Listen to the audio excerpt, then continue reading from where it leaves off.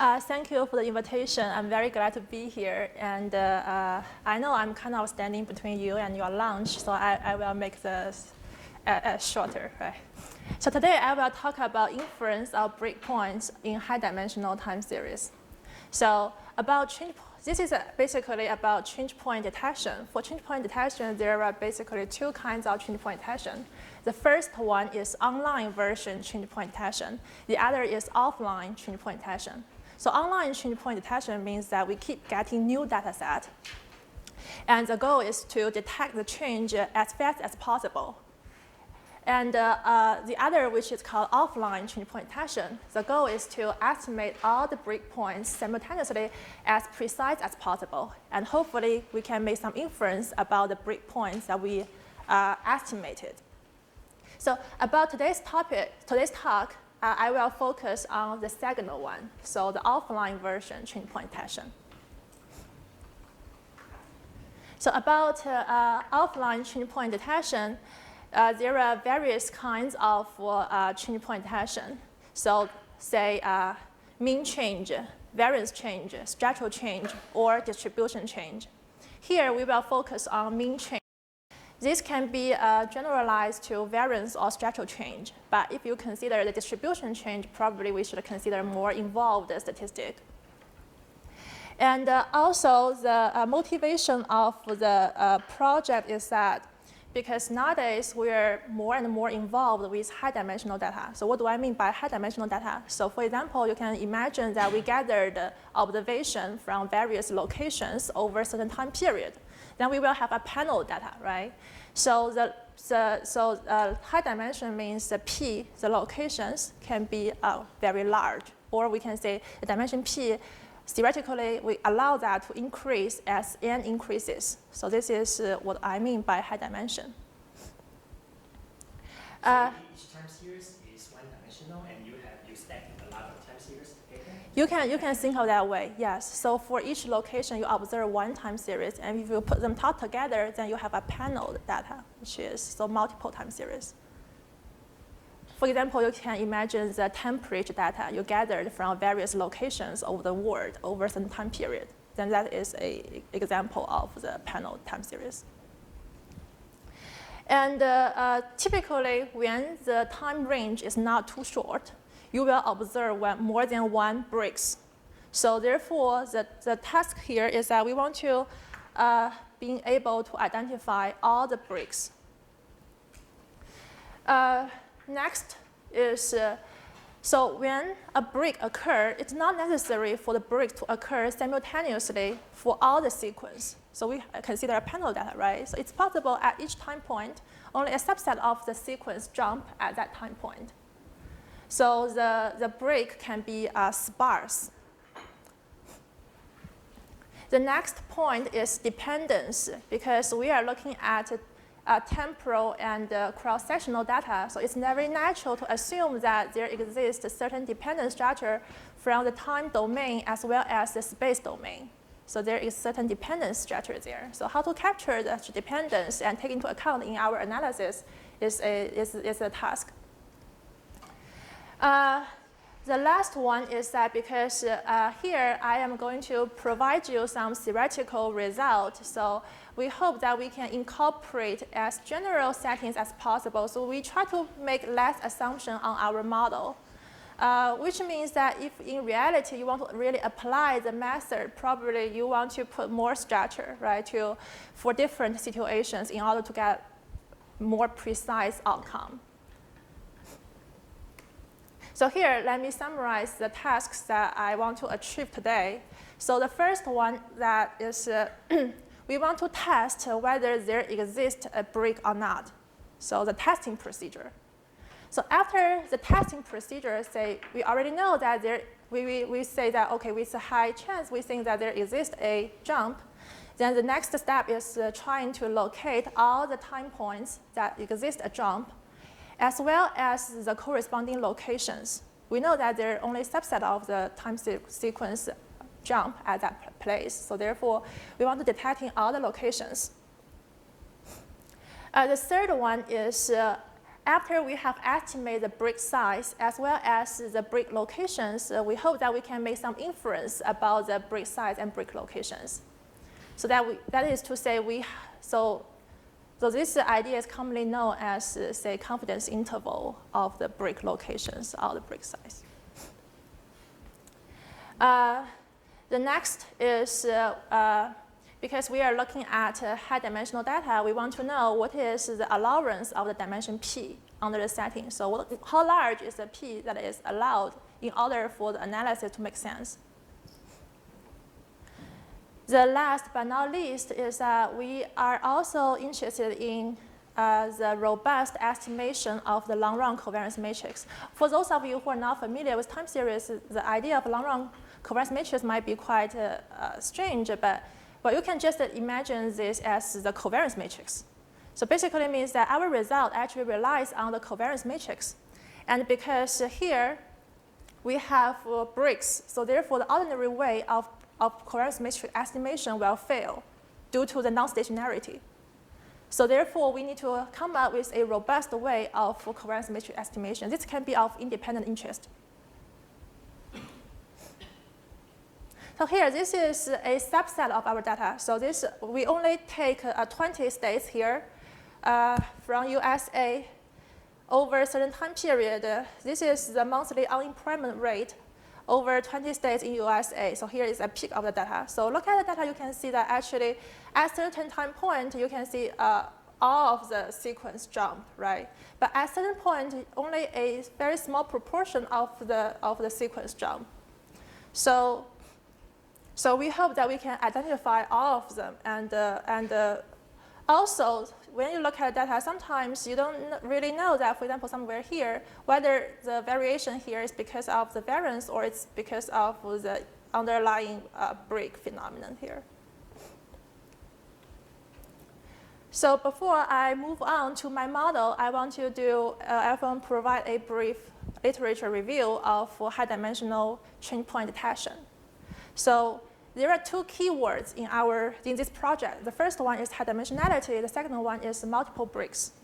So about high dimensionality, in order to handle the high dimensionality, eventually we will need some way to aggregate our data. So to aggregate the locations over 1 to p. So there are various ways of aggregation.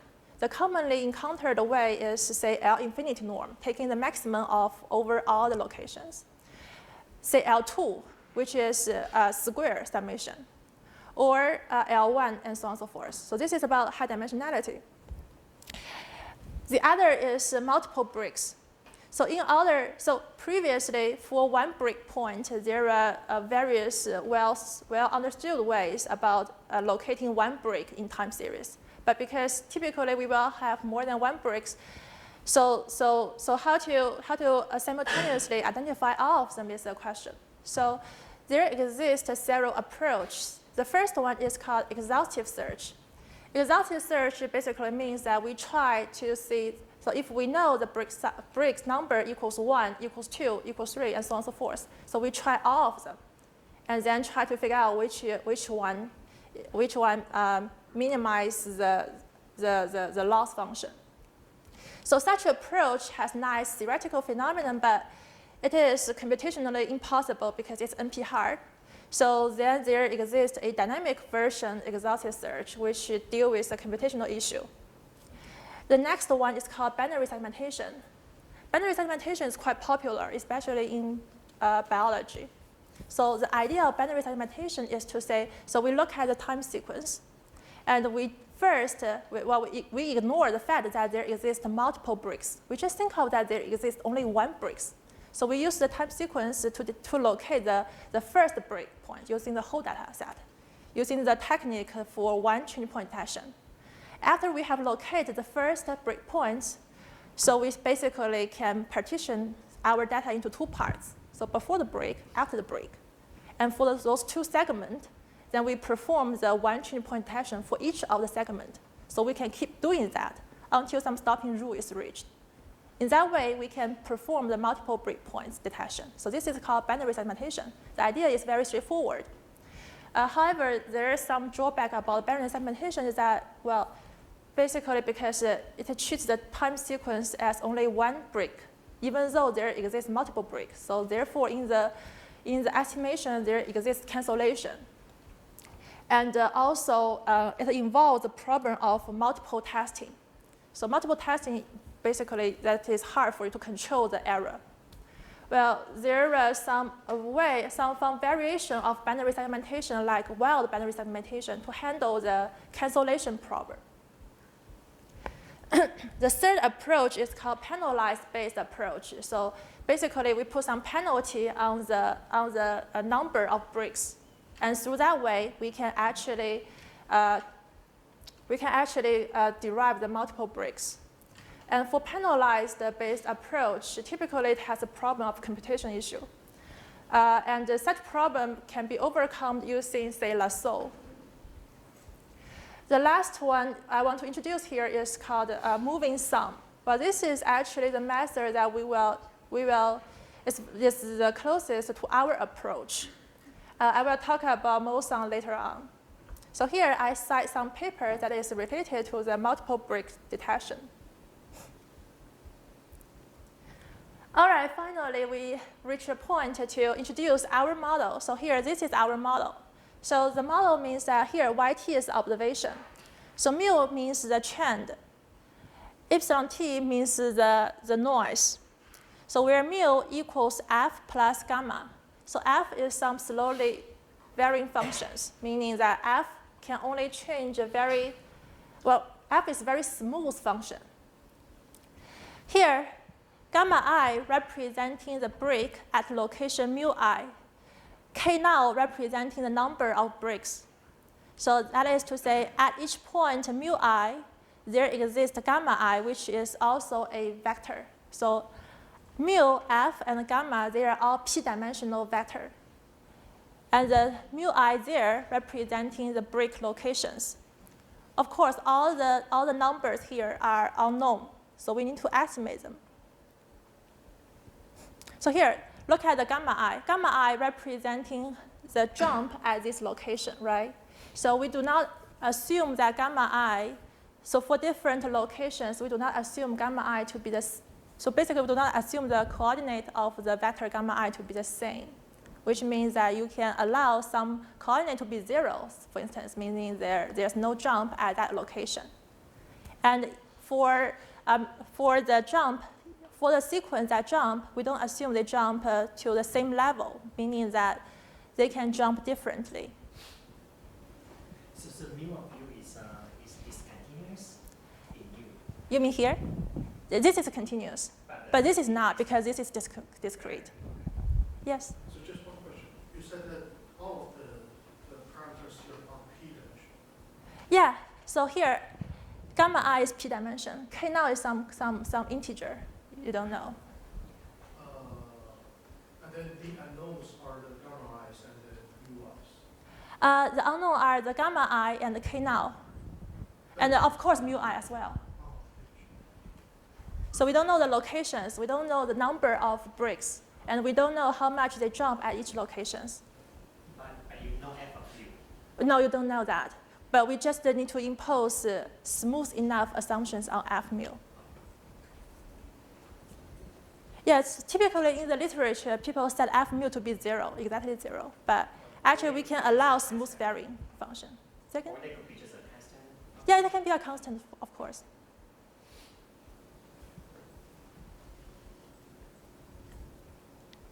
So actually, we allow this f to be slowly varying functions because it's just because we make it actually incorporate relatively general settings when the mu function is not a constant.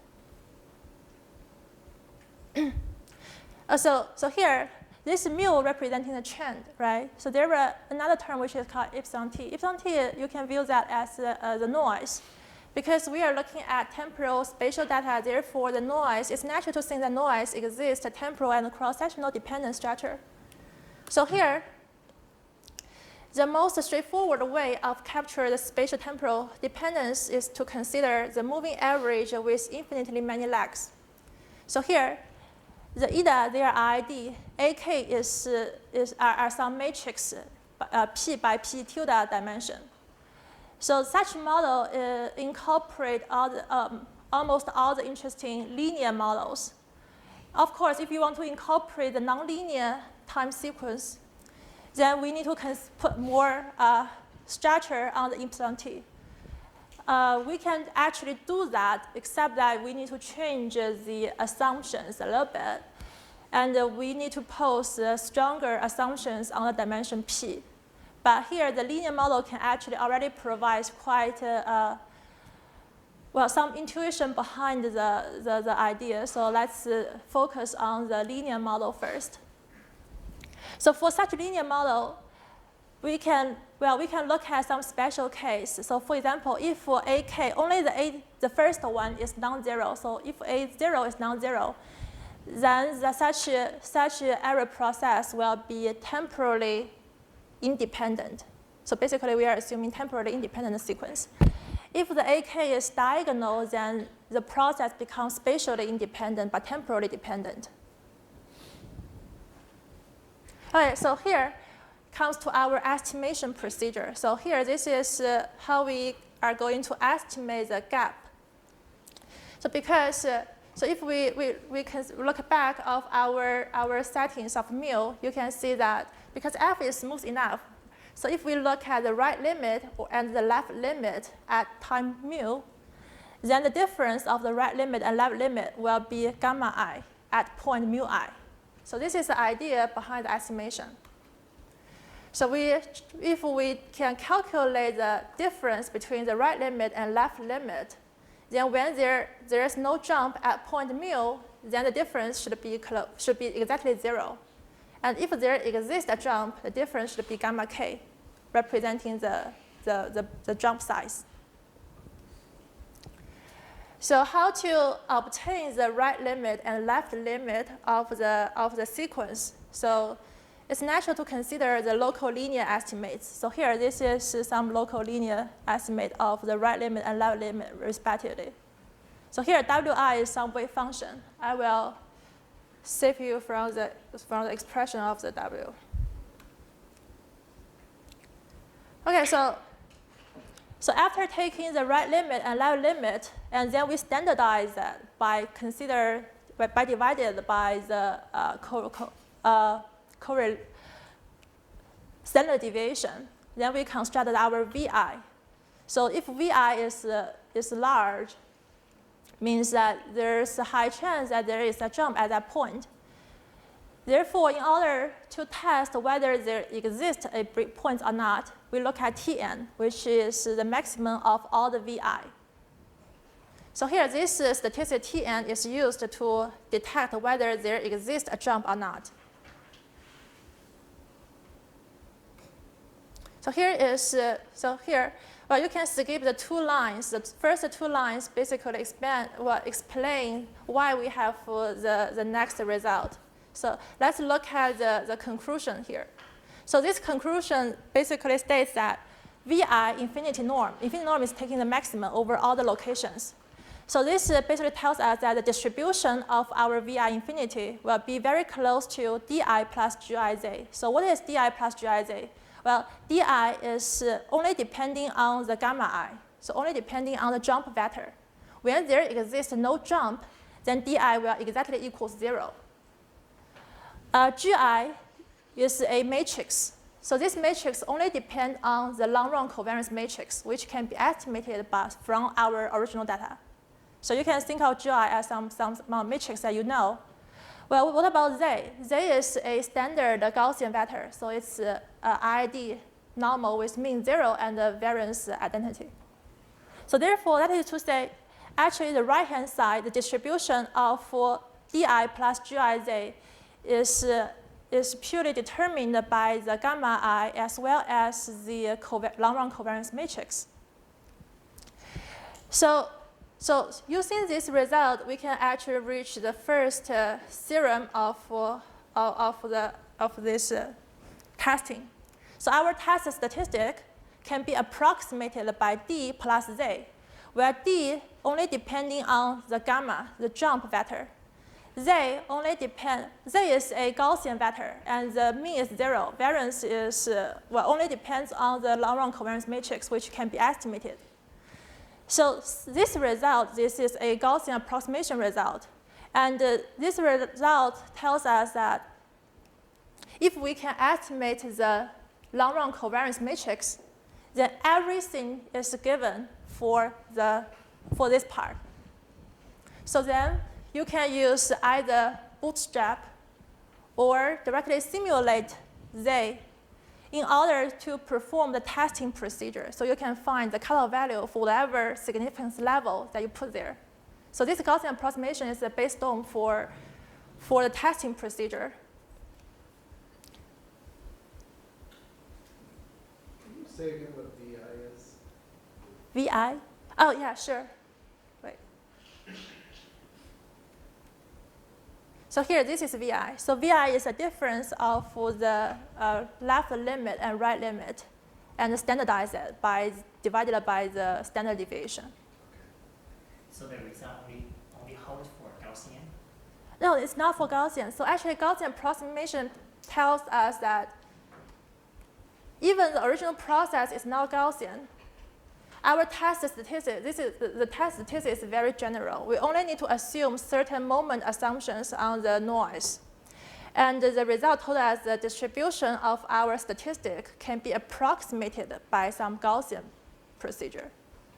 And for this Gaussian procedure, the variance is purely determined by the long-run covariance matrix of the original sequence, which can be estimated.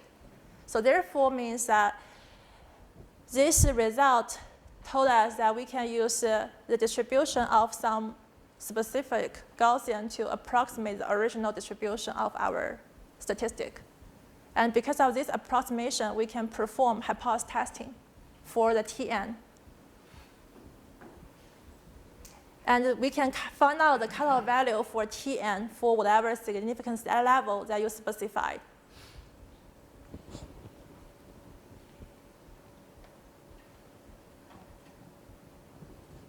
Okay, so this is the first step to detect whether there exists a change point or not. So if we already finished the first step, that is to say we make the conclusion that there exists a breakpoint, the next step is to locate all of them. So here is the estimation procedure of the break locations. The idea is very straightforward. So first, look at all the so here, those representing VI infinity norm for each location I. And here, the blue line there representing the threshold. The threshold is determined through the previous Gaussian approximation. So using the previous Gaussian approximation, you know that with high probability, if there exists no jumps, if there exists no jump, then all the VI should below the threshold, which means that if the VI infinity exceeds the threshold, it is indicate that there might exist a jump at this location. So therefore, we can actually find out all the index I which exceed the threshold. So you can see that. So this is an illustration picture here. So from the picture, you can see that we can see so that this one exceeds the threshold, and these two exceed the threshold as well. So this is the first step. However, you can imagine that for the time points that are close to the break locations, if we calculate the VI, because the influence of the break points, actually VI will still be very large. So that is to say, even if the true break happens, say for example here, however, if you calculate VI close to this number, you might also observe something exceed the threshold. Therefore, we cannot directly take all the points that exceed the threshold as our potential breaks. We want to have some screening procedure. So we want to cancel the points that are close to, say, this location. So how we are going to do that is, again, straightforward. So every time, so first, for example, look at all the VI, and we find the maximum of them. So for example, this one is the largest of them. And then we think of this as our first breakpoint. after we detecting this breakpoint, we cancel all the locations that are nearby. So here, this is the window size. So we cancel all the points within the window. So basically, we will cancel this location as well. And then look at the remaining points and find out the second largest VI within the remaining points.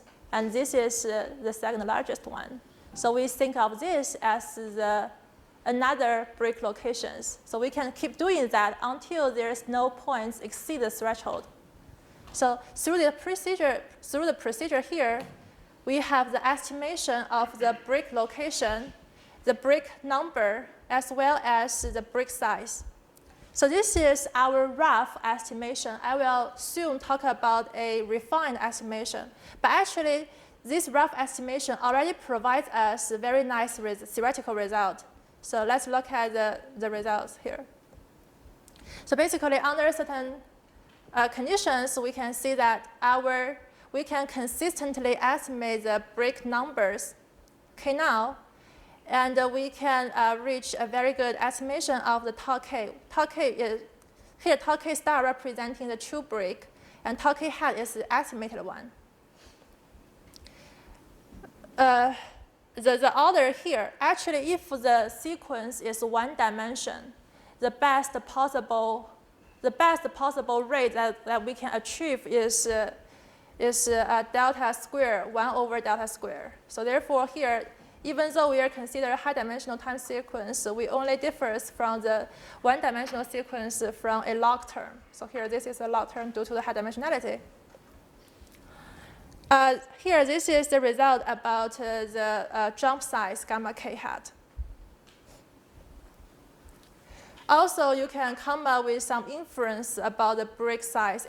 So here, this is the asymptotic result about the break size. Well, I will skip this part. So what do you mean by break size? Oh, so gamma k is, if you remember, gamma k representing at location mu I, there exists gamma I representing. So we know that. A vector, it's a vector. Right. Yeah. I mean, the break size is that.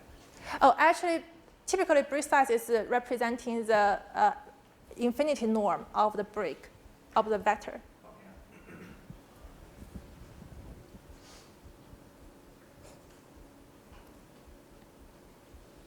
So here, representing by delta diamond. So here, this is the estimate of the break size.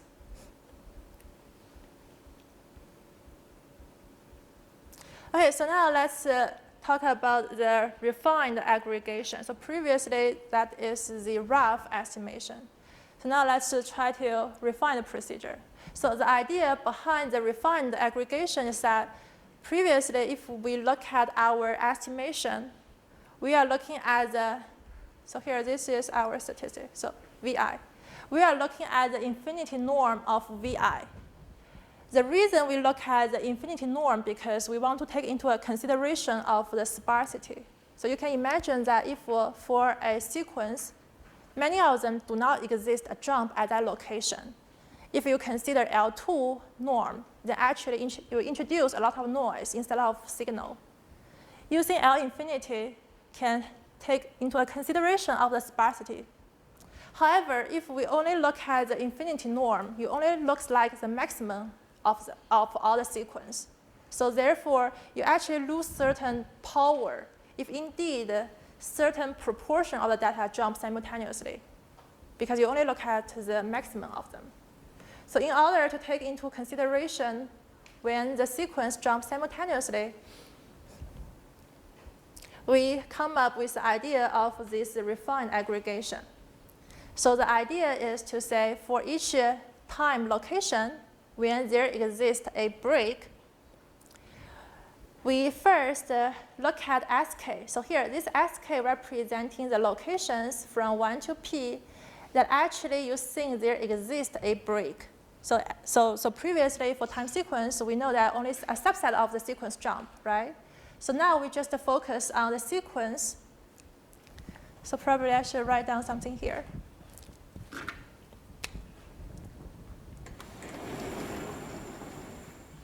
So imagine this is a time series.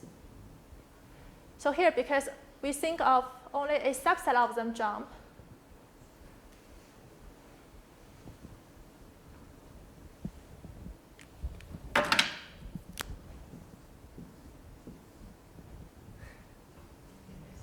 out of ink. Okay. So for example, at this specific location, mu I, right? Only a subset of the sequence jump at this point. So previously, we looked at the L infinity means the maximum difference of them. So we only take into consideration, for example, there is a largest one. We only look at this one. Therefore, we actually lose the detecting power for the remaining sequence. So we want to take into consideration those sequences as well. While in the same time, we do not want to incorporate anything for the remaining sequence where there exists no breaks. So therefore, the first procedure, SK, representing, we try to locate all the locations where we think there exists a break. So here, SK representing the sequence here. So this is SK. So here, this XT means that we try to aggregate all the sequences that exist at break. So then we consider a weighted average of all our YT at the location J. So J belongs to SK, the break locations. The reason we put this weight in front of our YK is because this is the optimal choice if the sequence is indeed cross-sectionally independent. Well, after the aggregation, actually we will have XT, which is now a univariate time sequence. And for this univariate time sequence, we can use the ordinary Q-sum technique to locate tau k tilde within the interval. So this tau k tilde is our refined aggregation, refined estimator after the aggregation. So this is the convergence result of the refined estimator. Actually here, but because the order depending on a lot of parameters, so the idea is here, if the sequence that exists a jump, say, so for example, in the extreme case where a large proportion of the sequence jump at these locations, then the decay speed of our tau k tilde from tau k star will be much, much faster than the previous estimator, because here the AK square contains a parameter of, so you can think of that as the number of sequences that jump.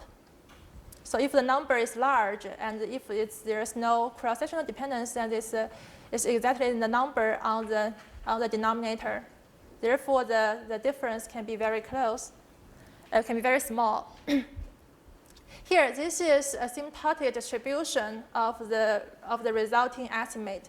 So the tau k tilde, which is the estimated version of the break point, it differs from the true break point, but it will converge to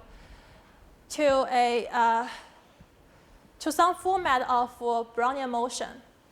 So which this result can actually provide us inference result for the estimated location of tau k tilde.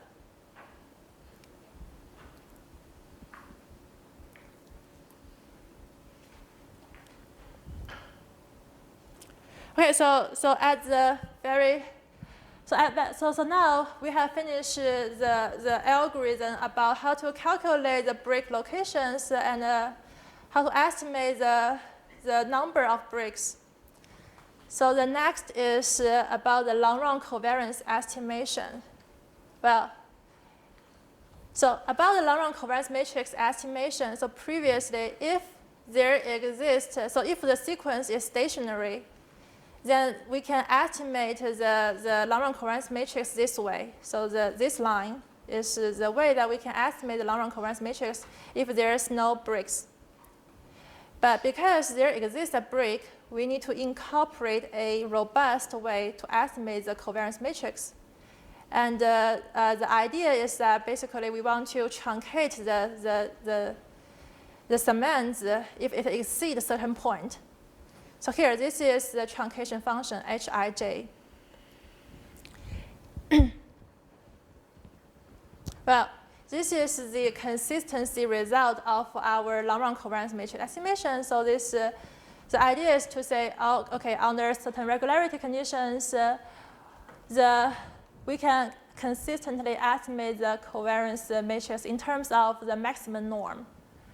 And when that in terms result to all the results previously, so if we switch the sigma by sigma hat, all the results still holds under these conditions. All right, so the last one is some empirical illustration of the method. So again, we apply the method for unemployment rate data. So here, this is the data that we have already observed previously, right? So this is a subset of the data. So we plot the 20 states in USA. But actually, we run our algorithm on a larger data set. But if we only look at this subset, this is the outcome. So this is the estimated locations as well as the corresponding confidence interval. So the red line here is the estimated locations, and the dotted lines are the confidence interval. All right, so that's all about the talk, and thank you for the attendance.